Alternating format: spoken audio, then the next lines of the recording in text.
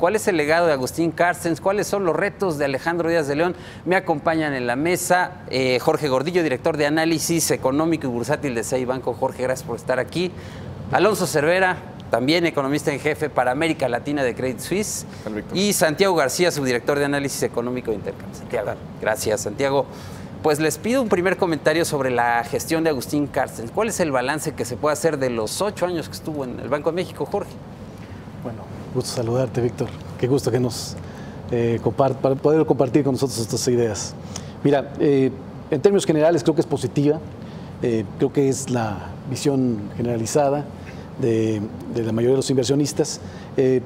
Tuvo un periodo importante, difícil, porque padeció la crisis de 2008 y tuvo que pasar momentos de bajas en la tasa de interés y momentos de corrección.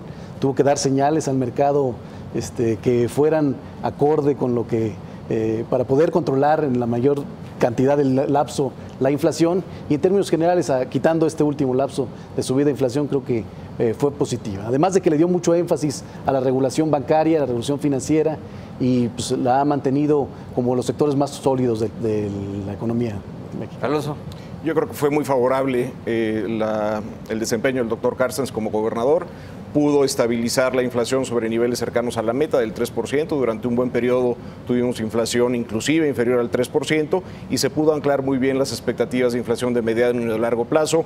Este es el mandato central del Banco Central, procurar la estabilidad de precios, y yo creo que el doctor Carstens se puede ir tranquilo. Lo hizo bien la mayor parte de su tiempo. Al final del día se le subió la inflación, pero fue por eventos exógenos.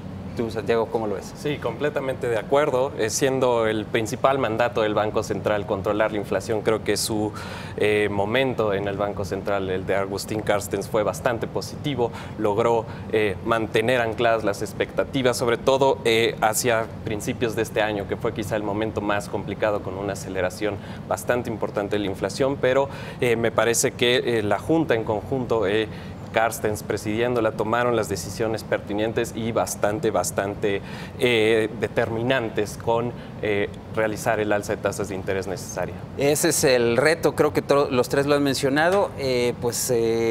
Viro para arriba la inflación en los últimos meses, estamos 6.6% a tasa anual, lo decía Alejandro hace un momento.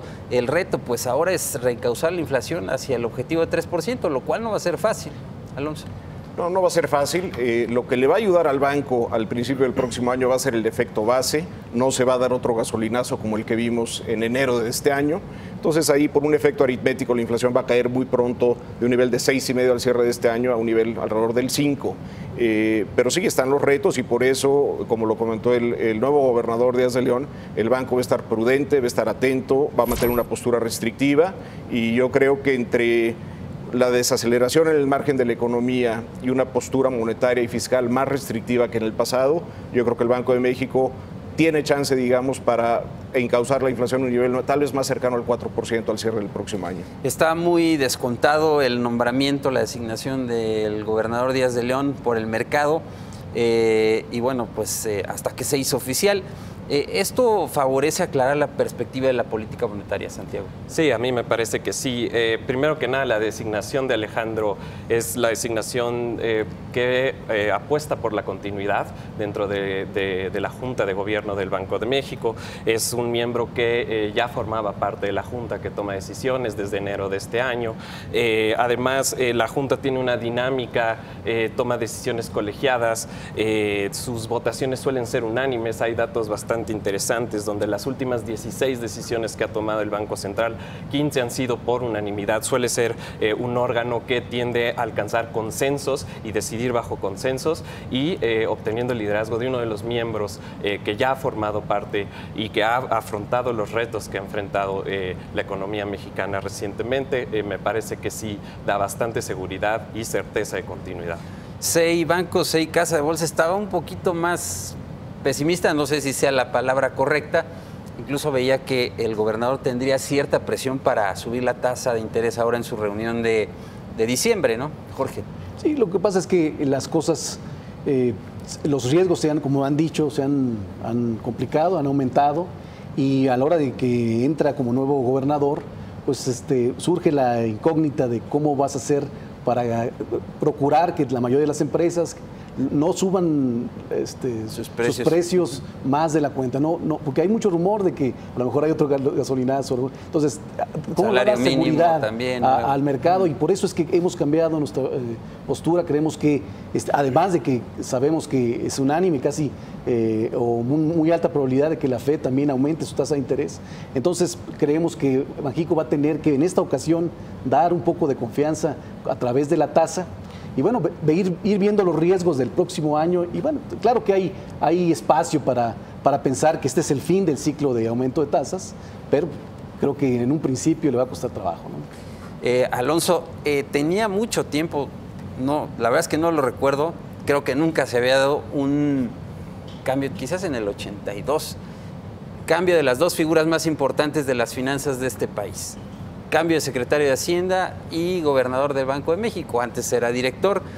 ¿Cómo entender ahora este binomio, esta relación que se tiene que dar, obviamente, pasar de este binomio José Antonio Meade, Agustín Carstens, ahora José Antonio González Anaya, Alejandro Díaz de León? Es una nueva era.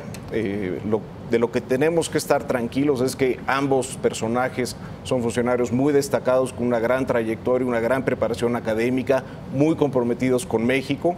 El banco es autónomo, el banco hará lo que tiene que hacer, pero yo creo que siempre va a haber una buena comunicación entre ellos dos.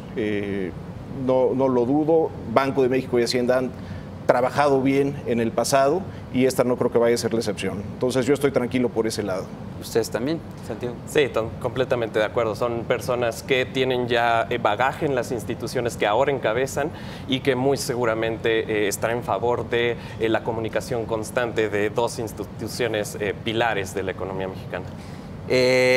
Lo mencionaba Jorge hace un momento, pues el mercado todavía sigue evaluando cuándo podría, bueno, algunos dicen ya acabó el ciclo alcista de tasas, existe la posibilidad de que todavía pueda aumentar la tasa ahora en diciembre, pero no va a ser así como la inflación, ¿no? Subió, pero no va a ser tan fácil que baje.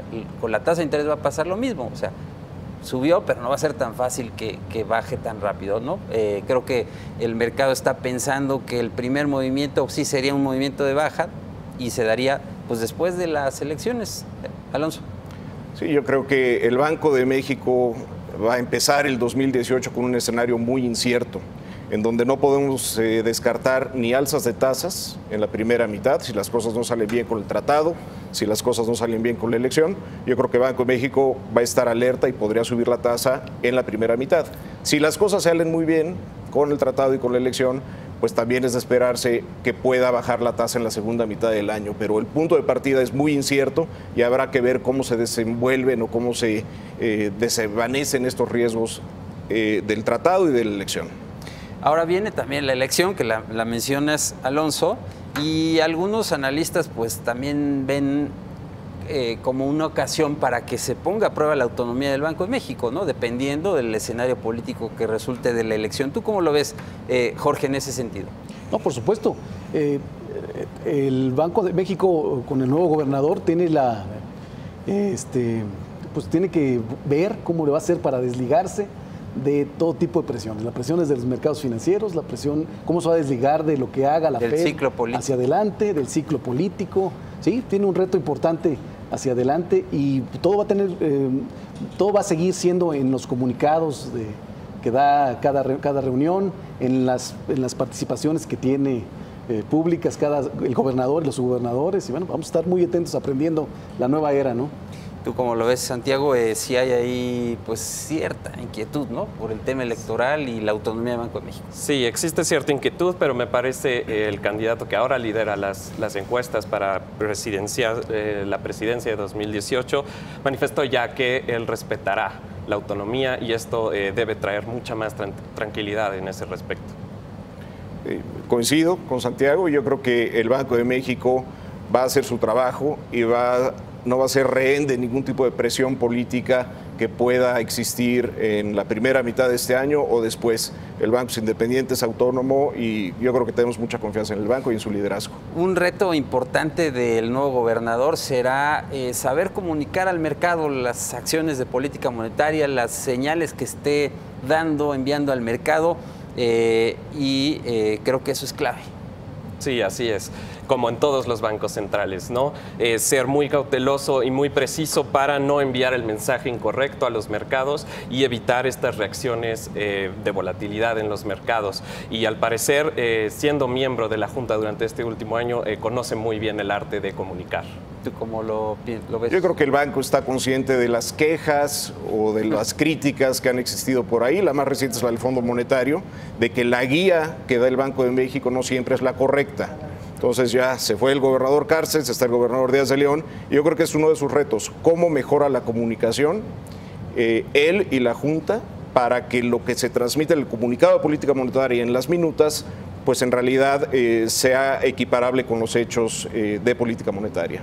Mejorar la comunicación, Jorge, sin duda está entre los retos de la nueva administración. Por supuesto, del si hay banco. algo que criticábamos de la anterior administración es que en algunos momentos no estaba muy claro lo que se decía con lo que se hacía. Entonces sí, claro que eso es un reto importante porque esa es la única manera que vas a lograr separar tu decisión con alguna decisión de gobierno o con alguna decisión de mercado, ¿no? Claro que es una decisión autónoma. Para ir cerrando, ¿cómo verían? Empiezo contigo, Santiago, la perspectiva a partir de la llegada de Alejandro Díaz de León.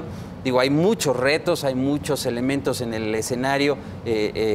Hoy mismo es muy probable que se apruebe la reforma fiscal en Estados Unidos. Esto podría generar cierta presión al tipo de cambio. Continuará la negociación del Telecán. El resultado pues, es incierto hasta este momento.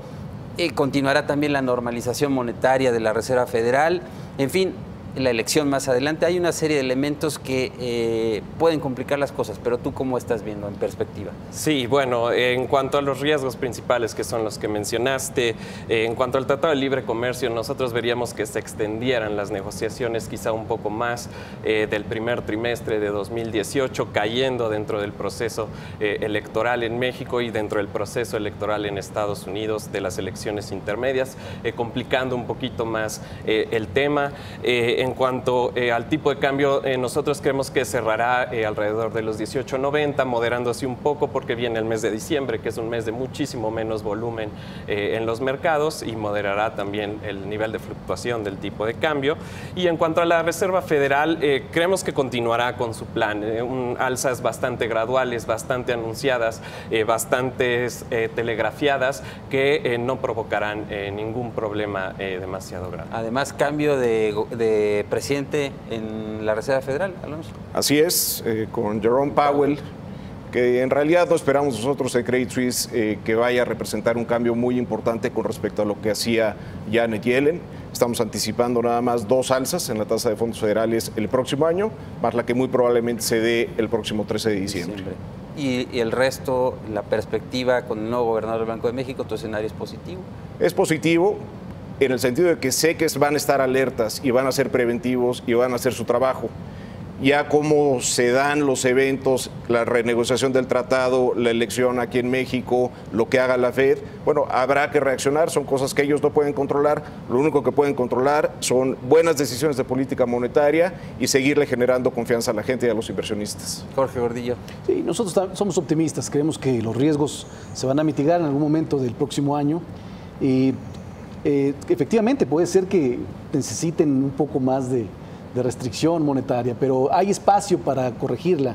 Ya los diferenciales de tasas con Estados Unidos están en históricos, la tasa real va a ser muy alta cuando la inflación efectivamente baje.